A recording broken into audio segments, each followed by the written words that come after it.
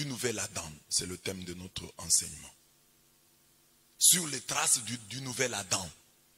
Dans la première lecture, Paul nous présente, nous continuons toujours avec la lecture de l'Épître aux Romains, Paul nous présente Jésus comme le nouvel Adam. C'est de cette analogie, donc de cette ressemblance, de cette similitude, mieux de ce contraste entre Adam et Jésus-Christ que sont nées les expressions second Adam, nouvel Adam ou dernier Adam.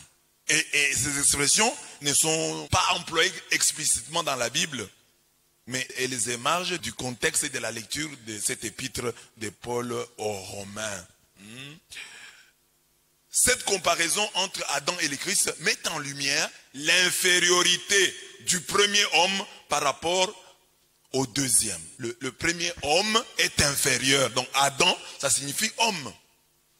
Bin Adamu. Adam, hein, homme. Le premier homme, Adam, notre ancêtre, hein, s'il faut parler ici, il est inférieur au nouvel Adam. Jésus devient donc notre proto-ancêtre. Nous, comme chrétiens, c'est lui notre ancêtre, notre parent rédempteur, le proto-ancêtre. C'est la catégorie que nous a donné le professeur Benezet Boujou, le proto-ancêtre. Parce que chez nous, nous avons des problèmes des ancêtres. Oh, j'ai des problèmes, c'est dans ma famille, il y a ceci, cela, il y a un ancêtre qui avait fait ça. Alors on a dit non, non. Pour convaincre les Africains qu'ils enlèvent ces histoires-là de leur tête, qu'on leur dise que Jésus-Christ est leur proto-ancêtre. C'est lui qui leur a cherché des bénédictions, qui ne leur a laissé aucun lien, qui ne leur a laissé que des biens. L'héritage que Jésus-Christ nous a laissé est de bout en bout positif. Donc tu n'as pas de raison de dire, non, si je suis comme ça, c'est à cause de mes ancêtres.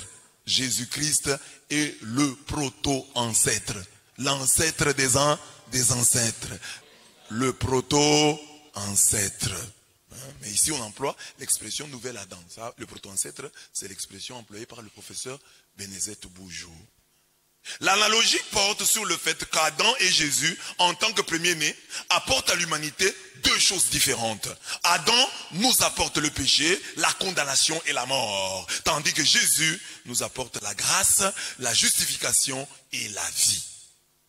Paul le dit très bien dans la première lecture. Comme par la faute d'un seul, c'est-à-dire Adam, c'est fait pour tous les hommes la condamnation. Voilà ce qu'il nous a apporté, la condamnation.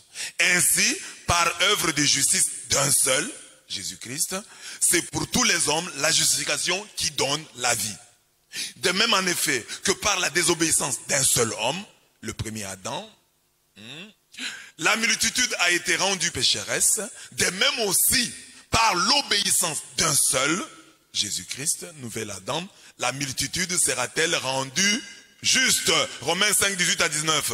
Et Éphésiens 1, 3 dit, béni soit Dieu, le Père de notre Seigneur Jésus-Christ, qui nous a bénis de toutes sortes de bénédictions spirituelles dans les lieux célestes en Christ. En Christ, Dieu nous a donné toutes sortes de bénédictions spirituelles. En qui? En Jésus-Christ. En Christ, nous avons reçu toutes sortes de bénédictions spirituelles. Alors vous allez dire, mais on n'a pas cité les bénédictions matérielles. Les bénédictions matérielles sont cachées dans les bénédictions spirituelles. Parce qu'en réalité, dans l'homme, c'est l'esprit.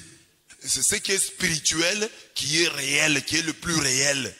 Alors si tu as reçu toutes les bénédictions spirituelles, les bénédictions matérielles vont suivre. Parce que la bénédiction, c'est quelque chose de spirituel. Benedicere. On bénit avec la parole. La parole. On prononce des paroles, on dit du bien. Jésus est donc le nouvel Adam qui vient corriger les erreurs du vieil Adam. En choisissant comme thème de méditation sur les traces du nouvel Adam, nous voulons nous inviter à être, à la suite de Jésus-Christ, les uns pour les autres, des porte-bonheur. Donc, quand je dis sur les traces du nouvel Adam, je veux nous inviter à être les uns pour les autres, des porte-bonheur. Ah, c'est ça l'enseignement. C'est ça l'enseignement. Sois mon porte-bonheur. Porte-moi bonheur. Ne joue pas dans ma vie le rôle que joua le premier Adam. Il a apporté la mort, il a apporté la condamnation, il a apporté la malédiction. Toi, sois Jésus-Christ qui n'a apporté que la bénédiction, la vie, la justification. Amen. Ressemble à Jésus-Christ. Pour tous les tiens et pour toutes les personnes que tu rencontres, sois seulement source de bénédiction. Sois source de bénédiction. Ne laisse à personne des liens. N'apporte pas à tes enfants des liens. Laisse-leur des biens. Pas des liens, des biens. Des biens. Quand quelqu'un est bien là, il dit, ah, c'est grâce à mon père. Ça, c'est papa qui nous a cherchés. C'est parce que nous sommes sous l'ombre de notre papa. Non, c'est notre papa qui a fait ça. Et je prends des exemples dans l'Ancien Testament. Je vais survoler quelques autres exemples tirés toujours de l'Ancien Testament. Premier point donc, que la mort ne passe pas par toi. Dites Amen. Le vieil Adam a transmis la mort à sa postérité. Il a été pour ses descendants un porte-malheur. C'est lui qui leur a apporté la mort. Marcher sur les traces de Jésus, le nouvel Adam, c'est faire en sorte que nous soyons des vecteurs de vie et non de mort. Que nous soyons des transmetteurs de bénédiction et non de malédiction. Que nous soyons des hommes et des femmes par qui passent les biens et non les liens. En cela, l'exemple de David et de Jonathan peut nous inspirer. Premier point, comme David, sois le juste dont la postérité est bénie. Écoutez, David est déjà mort. Nous sommes là dans le livre d'Isaïe. Isaïe 37, 35. David est déjà mort. Mais écoutez, Dieu dit, je protégerai cette ville pour la sauver. À cause de moi. Et à cause de David, mon serviteur. Il est le Dieu de l'alliance. C'est pourquoi les choses que tu fais pour Dieu, donne-leur, imprime-leur un caractère d'alliance pour que ta postérité puisse en profiter. C'est pas des choses que tu fais sporadiquement de temps en temps, vaille que vaille, qui font l'alliance. Non. L'alliance est sainte. C'est une chose sacrée. L'alliance est sérieuse. C'est pourquoi il y a même un pacte d'alliance. Pour montrer que l'alliance est sérieuse, on verse le sang. On boit le sang de l'alliance nouvelle. Prenez, buvez-en tous. Ceci est le sang de l'alliance nouvelle. Dans l'alliance, il y a le sang pour dire, on ne blague pas, c'est du lourd.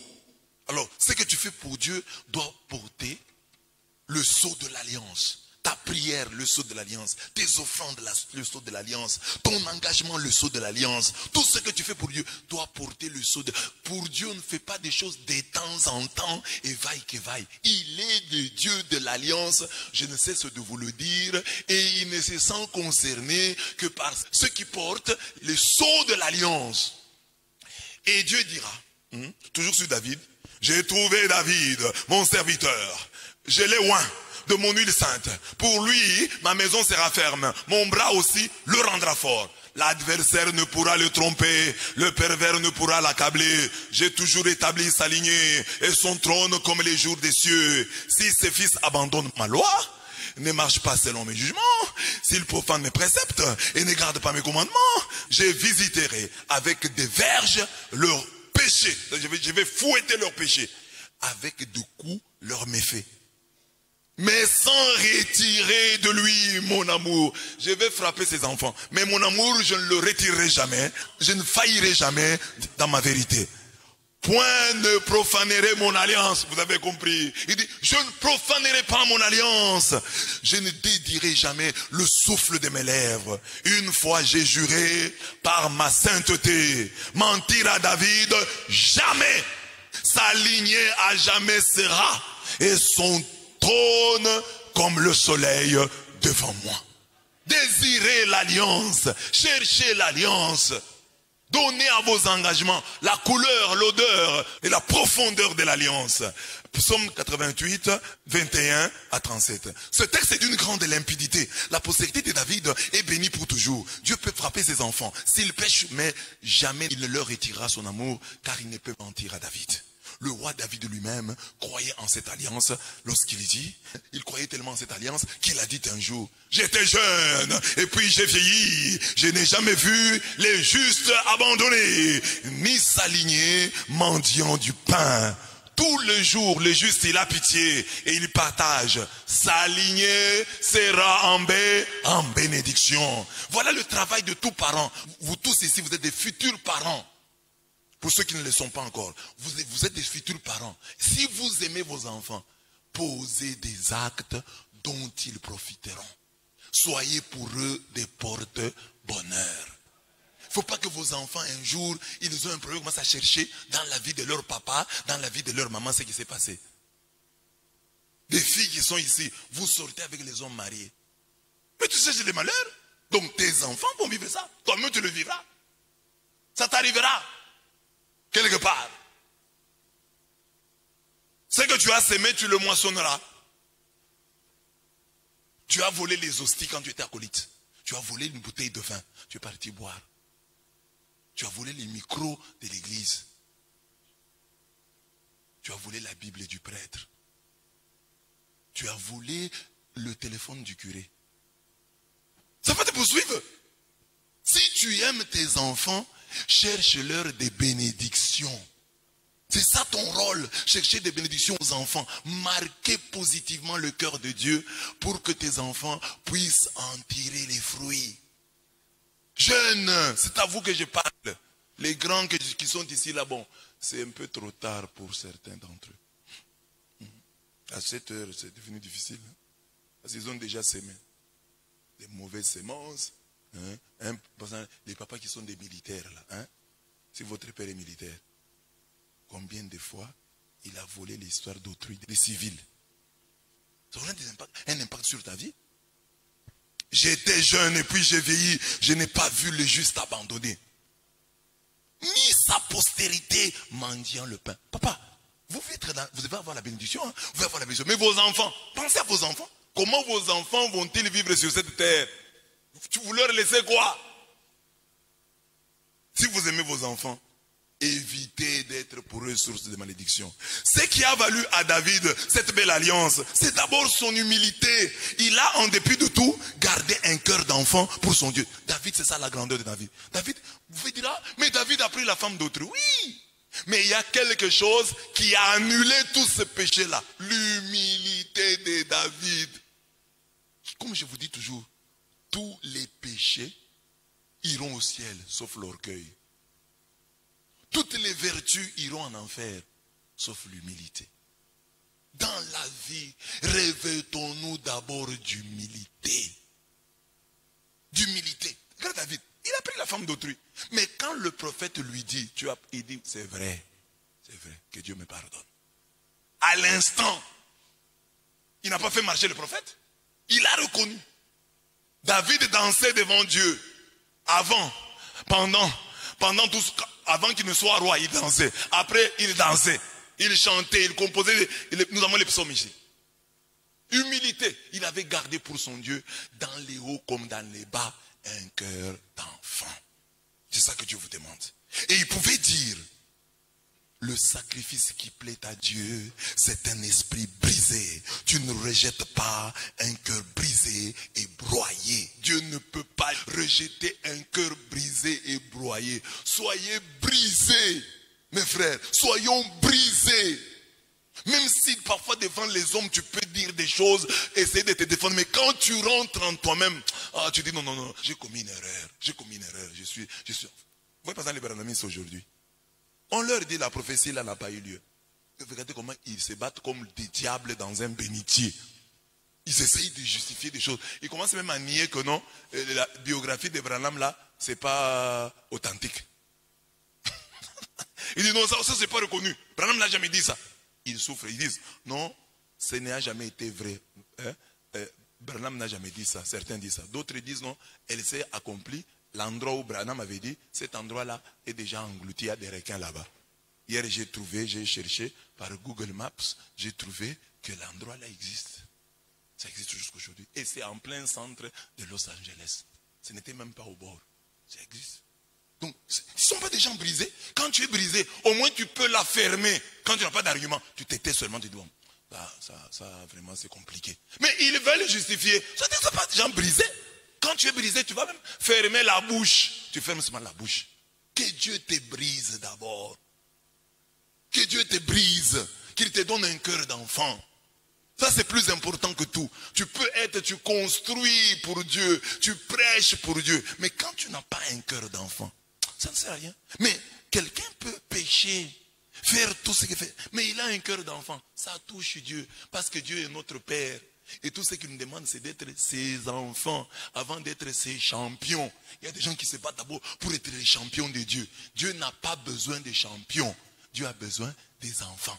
Dieu cherche des enfants, ne cherche pas des champions. Dieu ne te demande pas de lui montrer tes biceps.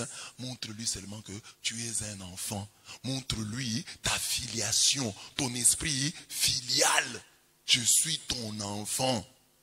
Écoutez, même David, quand il priait là, il savait ce qu'était une alliance. Écoutez un peu ces prières de David qui me touchent toujours. Il priait, écoute-moi ô Éternel, car je suis ton serviteur, fils de ta servante. Je suis ton serviteur. Qui? Quel serviteur? Le serviteur, le fils de ta servante. Donc lui-même dans ses prières, il citait sa mère.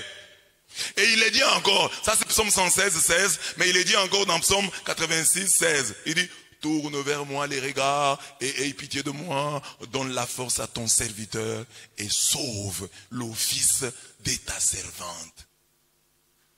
Amen. Moi j'ai une maman, je suis sûr qu'elle ne peut pas avoir de problème avec le curé de sa paroisse. J'avais grondé une maman ici une fois, j'ai dit, maman, est-ce que ma maman dans sa paroisse elle peut faire ça? Ce que j'ai dit là, c'est pour t'interpeller toi, que tu sois une bonne mère pour tes enfants, que tes enfants te citent dans leurs prières. Quand je parle ici, il y a d'autres personnes aussi qui se retrouvent et disent, moi aussi, je suis dans le même cas. Je peux aussi dans la prière dire, je suis ton serviteur, le fils de ta servante. Maman, soyez des bonnes mamans pour que demain, vos enfants vous citent dans les prières. Jeunes filles, déjà aujourd'hui, marquez le cœur de Dieu pour que vos enfants aussi vous citent avec efficacité. Ils peuvent toujours vous citer, mais qu'ils vous citent avec efficacité dans leurs prières. Je suis ton serviteur, le fidèle. Évitez tout ce qui peut être source de malédiction pour vos enfants. Deuxième exemple, Jonathan. Jonathan, c'est l'ami de David. Et Jonathan a bien vécu avec David. Il était en bon terme avec David. Alors, Jonathan va mourir. Et un jour, David s'assoit. Il dit, mais est-ce que Jonathan n'avait-il pas d'enfant? N'avait-il pas de postérité? Et les gens disent, non, non, il doit avoir un fils. Il est handicapé physique. Il s'appelle Méphibosheth. Il se trouve à Lo-Débar. On peut aller le chercher. On est allé chercher Méphibosheth. On l'a amené. Il a commencé à manger à la table du roi. Simplement parce que son papa était ami à David. Amen, amen. Les bonnes relations que son papa avait entretenues avec David vont profiter à son fils, à Méphibosheth. Handicapé. Les relations d'abord. Parlons des relations de façon horizontale. Les bonnes relations. Soyez des papas qui avaient... Parce que vous ne savez pas, vos enfants, qui va s'en occuper. Mais bien aimé, tu peux mourir aujourd'hui. Qui s'occupera de tes enfants? Tu ne sais pas. Mais les gens que tu as marqués positivement, ils peuvent s'occuper de tes enfants. Parce que tu peux penser que j'ai tout fait, j'ai construit une maison, mais tu meurs comme ça, tu ne contrôles rien. Tes frères ravissent la maison à tes enfants. Mais qui va s'occuper de tes enfants? C'est peut-être un monsieur de la paroisse. C'est peut-être un prêtre qui va dire, petit, viens rester ici. Étudie. Et l'enfant va étudier.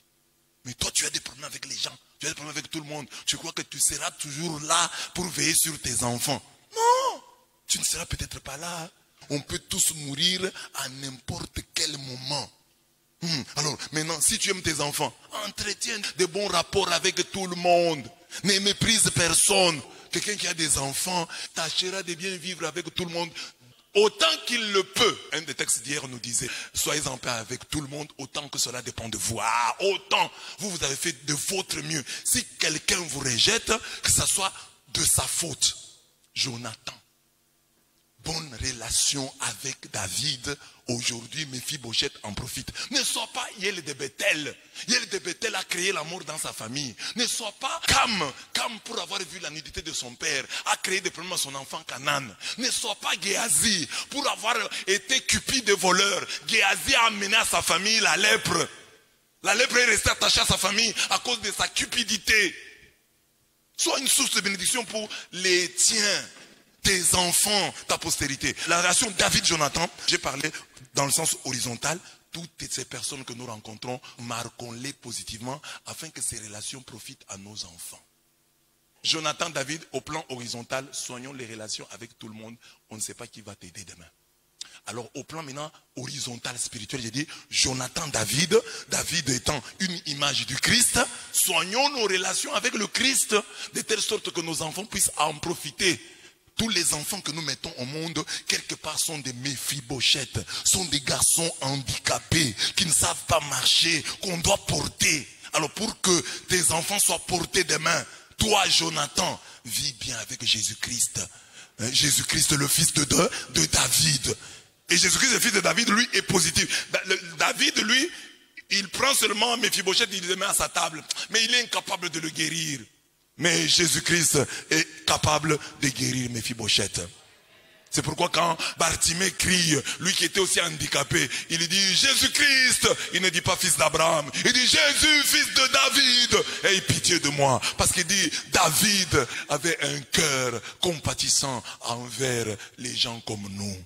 David a ramassé Méphibosheth à l'Odébar où il était. Il a dit tu vas commencer à manger à la table du roi.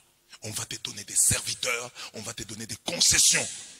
Seulement parce que ton père a bien vécu avec moi. Ton père a été mon ami. Papa, soyez les amis de Jésus-Christ et vos enfants en profiteront. Maman, soyez les amis de Jésus-Christ et vos enfants en profiteront. C'est dans votre tête que tous les enfants que vous avez mis au monde, les enfants que vous mettrez au monde, seront toujours quelque part handicapés, seront toujours quelque part Méphibosheth. Ils auront toujours besoin quelque part d'un David qui dit malgré ton handicap, malgré ton problème, tu mangeras à partir d'aujourd'hui à la table royale.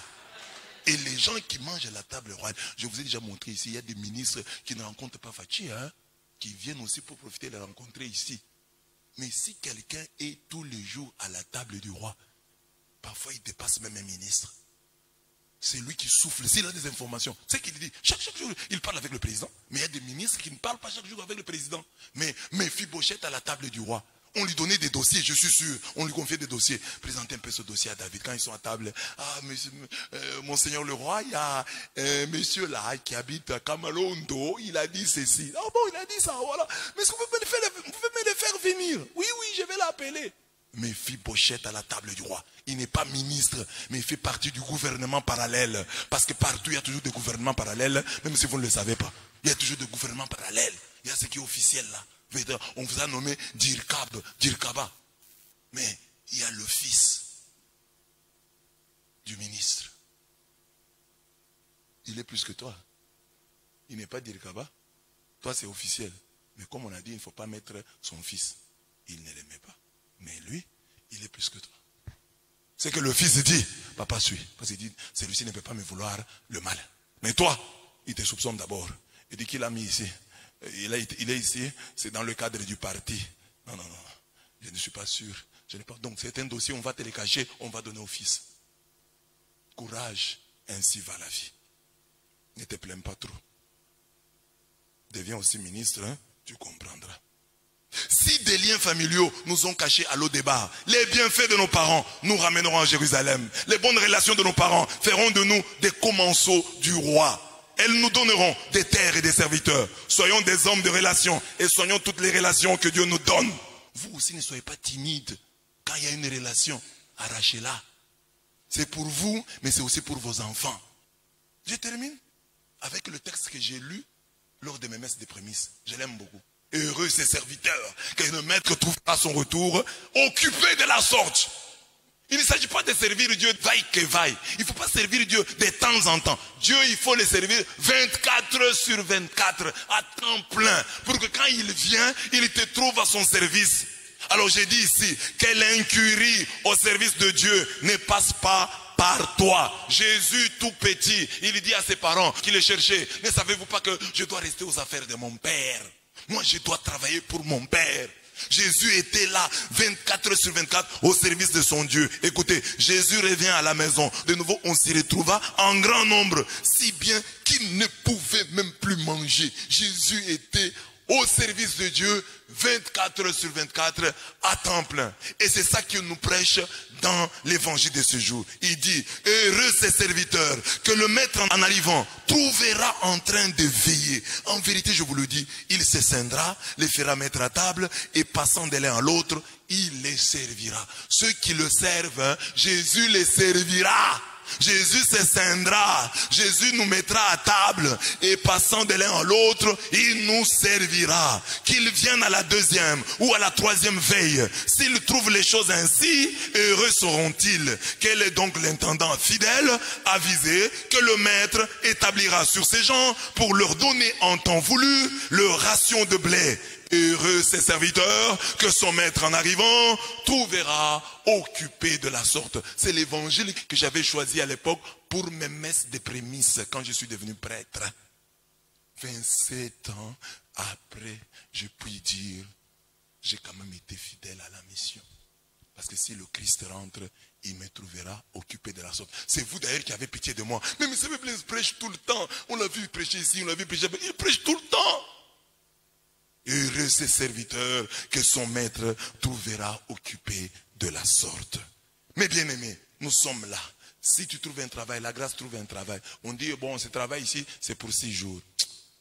La grâce ne sera pas contente.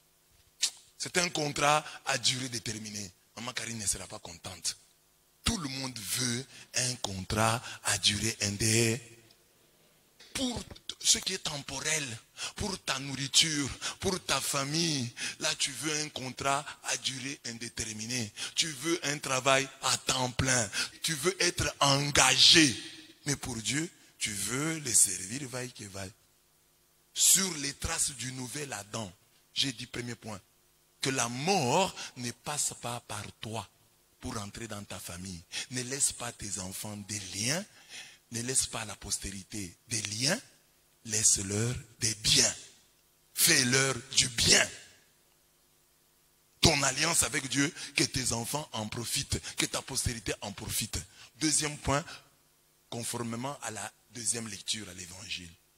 Que l'incurie, la négligence, le vaille-que-vaille, le travail à la diable, au service de Dieu, que cela ne passe pas par toi. Ne sois pas celui qui amène les autres à servir Dieu vaille que vaille. Sois l'exemple de l'homme qui sert Dieu de son mieux. C'est ma prière que j'ai faite pour ma maison là. Vous savez la prière que j'ai faite pour la maison?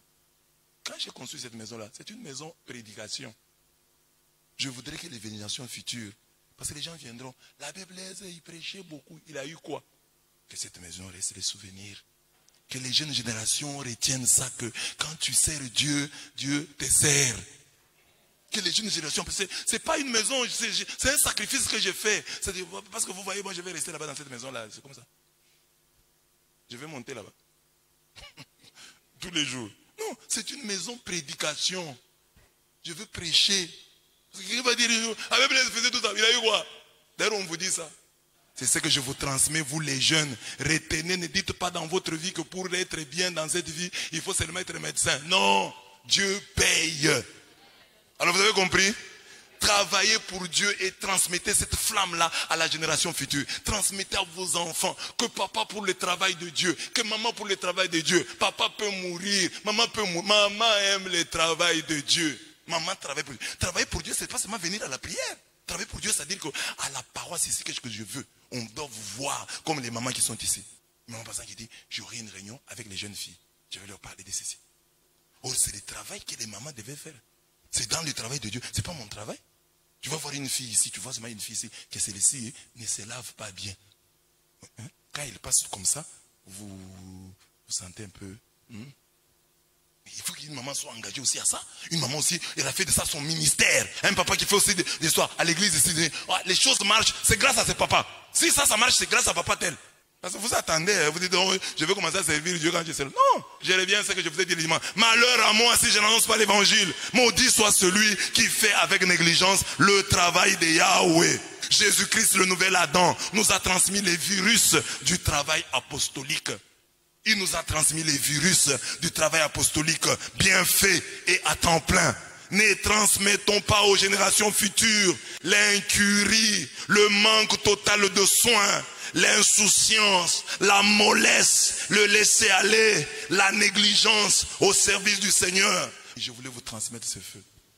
Mais je regrette toujours, chaque jour, j'ai dit, je n'ai pas réussi à transmettre aux gens le feu de l'évangile, l'amour, le zèle pour prêcher la parole de Dieu. Ça, je n'ai pas réussi.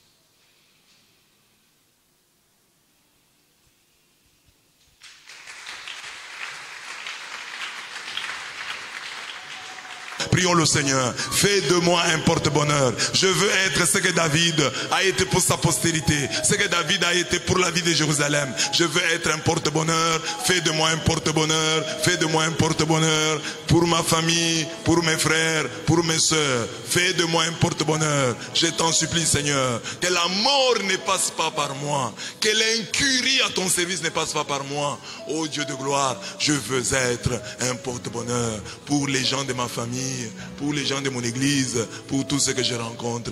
Un porte-bonheur, un porte-bonheur. Nous allons demander à Dieu de nous donner la grâce de capitaliser toutes nos relations que nous avons. Que nos relations-là que nous avons aujourd'hui, que nous aurons demain, soient des relations pour l'avenir. Que personne ne blague avec les relations que Dieu a mises à sa disposition. Prions le Seigneur. Seigneur Dieu de gloire, Jonathan était en bon terme avec David. Mephibosheth, son fils, en a profité. Nous avons aussi des Mephibosheth, des enfants handicapés. Oui Seigneur, handicapés sur l'un ou l'autre point. Et ils ont besoin de pistons, ils auront besoin de béquilles. Et les béquilles leur seront données par les relations que nous aurons dans l'entretemps créé. Fais de nous des hommes de relations. Puissions-nous trouver toute relation précieuse. Puissions-nous garder jalousement toute relation. Car elle va nous amener, si pas à nous mais à nos enfants, des grandes choses, des grandes bénédictions. Nous allons prier pour que nous ayons la flamme de l'évangile. Nous aurons le cœur tout brûlant pour servir Dieu, mes bien-aimés. Pour transmettre cette flamme de l'évangile, pour être à temps plein au service de Dieu. Il mérite cela. Si tu cherches dans le monde des contrats à durée indéterminée, papa, pourquoi tu ne cherches pas un tel contrat avec Dieu, une telle alliance avec Dieu? Prions le Seigneur. Seigneur, dans ce monde, nous cherchons des contrats à durée indéterminée. Nous refusons des contrats de 3 jours, d'une semaine, d'un mois. Nous voulons un emploi à durée indéterminée. Oh Dieu de gloire. Mais avec toi, nous voulons travailler vaille que vaille, travailler à la diable, travailler comme nous pouvons. Convertis-nous, convertis mon cœur pour que réellement je travaille pour toi. Je me mette encore à ton service. Et qu'au jour où tu rentreras, tu me trouves occupé de la sorte, travaillant à l'évangélisation. Merci Seigneur, merci Seigneur. Mais avant tout cela, que Dieu nous donne un cœur d'enfant. Bien-aimé, il a dit, il n'a pas besoin de champions, il a besoin des enfants. David n'était pas que champion. Nous le voyons battre Goliath, mais ce n'est pas ça qui plaisait à Dieu. Ce qui plaisait à Dieu, c'est son cœur d'enfant. Je ne veux pas être ta championne, ton champion. Je veux être ton enfant, ton enfant, ton enfant, ton serviteur, le fils de ta servante. Prions le Seigneur. Tu n'as pas besoin de champion. Tu as besoin d'enfant. Je suis ton enfant et je veux le demeurer. Donne-moi un cœur d'enfant. Malgré les allures de champion, malgré les prouesses de champion, mais que j'ai toujours, je garde pour toi un cœur d'enfant. Un cœur d'enfant comme David, dansant devant toi, pleurant devant toi, te suppliant, quémandant, vivant avec la main tendue vers toi. Accorde-moi cette grâce, je t'en supplie, j'en ai besoin. Que j'ai toujours pour toi un cœur d'enfant. Écoute Seigneur les supplications de ton église en prière et de lui accorder tout ce qu'elle te demande d'un cœur plein de foi par Jésus le Christ notre Seigneur. Amen.